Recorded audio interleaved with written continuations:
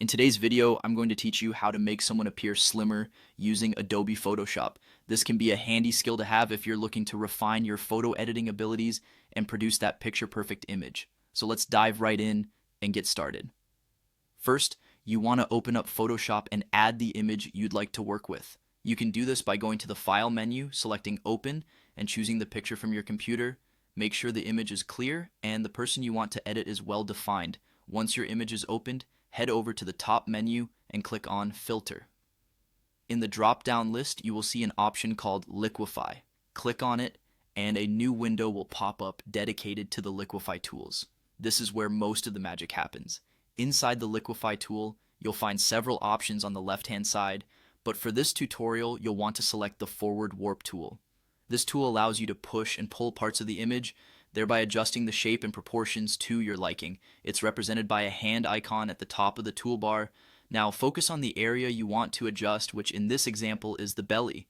Use the Forward Warp tool to gently nudge the parts you want to slim down. Be careful to make small, smooth movements to ensure everything looks as natural as possible.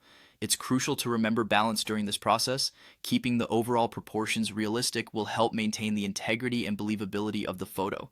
As you work, frequently zoom in and out of the image to check how it looks from different viewpoints. This can help you see any distortions or inconsistencies that might not be visible when you're too zoomed in. Adjust the brush size if necessary, making it smaller for detailed areas or larger for broader sections.